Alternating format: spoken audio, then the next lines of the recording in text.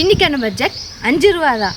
ஆனா இதை கூட செலவு பண்ணாம தான் நம்ம ஜம்முன்னு லஞ்ச் சாப்பிட போறோம். எப்படி என்னடி சொல்ற? யார் நம்மளை கைவிட்டாலும் நம்மளோட அஞ்சரை பெட்டி கைவிடாதுங்கிற நம்பிக்கையோட தாங்க பொருள் எல்லாத்தையும் செக் பண்ணிட்டு இருந்தேன். இருக்கிற பொருளை பார்த்து என்ன செய்யறதுன்னு யோசிச்சு கீழே டக்குன்னு எனக்கு ஒரு ஐடியா வந்துச்சுங்க. அவ்வளோ வாஷ் பண்ணி ஊற போட்டாச்சுங்க. நம்மளோட சோயாபீன்ஸ் பாயில் ஆயிட்டு இருக்கு.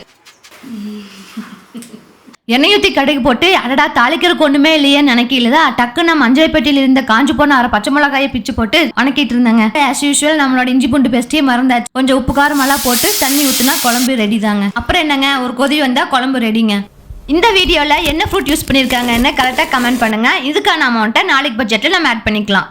அறுசுவை தருவாள் அவள் அன்னபூரணி, ஒவ்வொரு கையிலும் ருசிகள் மாறும். இன்னைக்கான 5 ரூபா எப்படி வந்துச்சுன்னா ஃபாலோவர்ஸ் கிட்ட இருந்து வந்துச்சு. நோ பாயில் நோ ஆயில் ரெசிபியோட yes boil yes oil recipe போட்டு சாப்பிட்டேன் பாருங்க. கொளுத்தி எடுத்துருச்சு காரம். ஆர்வ குழல கொஞ்சம் அதிகமாவே போட்டேன். இருந்தாலும் இஞ்சி பூண்டு பேஸ்ட் நம்மளை காப்பாத்திச்சுன்னே சொல்லலாம். சாப்பிட்ற அளவுக்கு இருந்துச்சு. ஓகே தான்.